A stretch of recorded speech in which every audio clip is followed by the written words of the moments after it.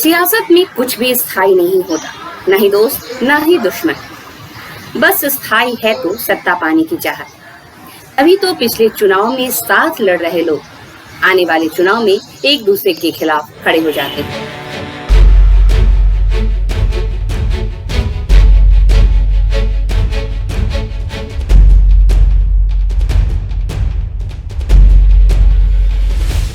नमस्कार, आप देख रहे हैं स्ट्रीट बज़ और मैं हूं नीलम।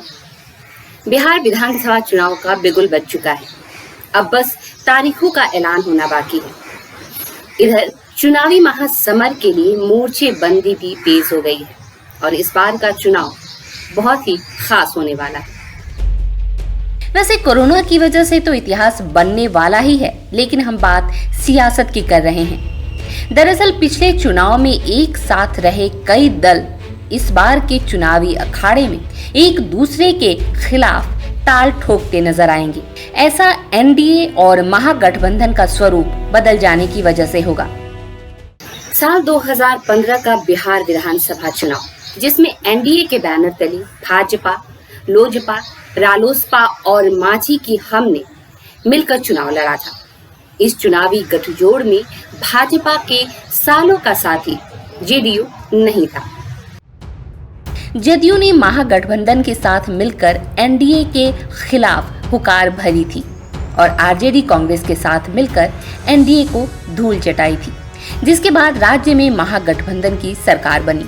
लेकिन जल्द ही सियासी समीकरण बदले और जदयू ने फिर महागठबंधन से निकलकर एनडीए के खेमे में शामिल होकर सरकार बनाई। एनडीए और महागठबंधन में इस बार बहुत कुछ बदल गया है। 2015 के विधानसभा चुनाव में जहां भाजपा और जेडीयू आमने सामने थे, इस बार वो एक दूसरे के साथ मिलकर महागठबंधन को चुनौती देंगे। पिछली बार एनडीए के साथ रही रालोसपा इस बार विपक्षी मोर्चे में शामिल है। बीते लोकसभा चुनाव के समय ही एनडीए से अपनी राह अलग कर चुकी रालोसपा अब महागठबंधन के सहयोगी दल के रूप में एनडीए के खिलाफ ताल ठोकेगी। इसके अलावा महागठबंधन के कुनबे में अब वीआईपी भी जुड़ गई है। पिछली बार अलग रहे वाम दल भी इस बार महागठबंधन को मजबूत करने के लिए साथ खड़ा है। यानी 2020 के चुनावी दंगल में राजद, कांग्रेस, रालोसपा, वीआईपी और वाम दल भी खड़े दिखेंगे। 2015 के चुनाव में जीतन राम मांझी ने एनडीए के खेमे से चुनाव लड़ा था।